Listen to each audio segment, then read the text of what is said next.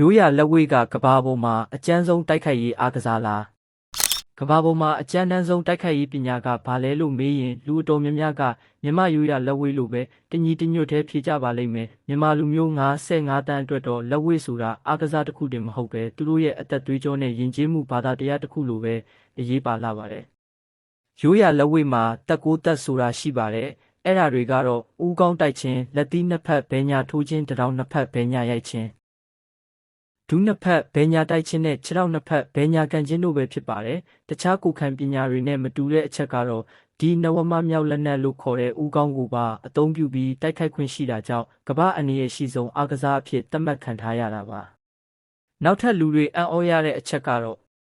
အနားချိန်စနစ်ပါပဲပွဲစဉ်အတွင်းပြိုင်ဘက်ကအလဲထိုးလိုက်လို့တတိလစ်သွားရင်တော့နားချိန်ခဏယူပြန်နိုးပြီးပွဲကိုအပြီးအထိဆက်ထိုးရတာဟာမြန်မာလက်ဝှေ့ရဲ့တကယ်ကိုကြမ်းတမ်းလာတဲ့အစဉ်အလာတစ်ခုပါတမိုင်းကြောင်းအရာကြည့်ရင်လည်းအရှိတောင်အာရှကမွေထိုင်းပါဝင်တခြားလက်ဝှေ့ပညာရက်တွေရဲ့မိခင်ဟာမြန်မာလက်ဝှေ့လို့ယူဆကြပါတယ်အမှတ်ပေးစနစ်မရှိဘဲပြိုင်ဘက်ကိုအလဲထိုးနိုင်မှသာအနိုင်ရမယ်ဆိုတဲ့စိတ်ဓာတ်ဟာမြန်မာလက်ဝှေ့သမားတွေရဲ့ရဲရင်မှုကိုသက်သေပြနေပါတယ်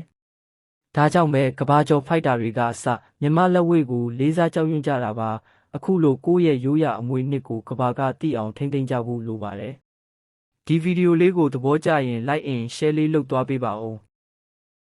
မြန်မာလက်ဝှေ့ကိုချစ်မြတ်လို့ရဆိုရင်ရိုးရာလက်ဝှေ့ရဲ့အားသာချက်အားနည်းချက်တွေကို comment မှာဆွေးနွေးပေးသွားကြပါဦးအားလုံးကိုကျေးဇူးတင်ပါတယ်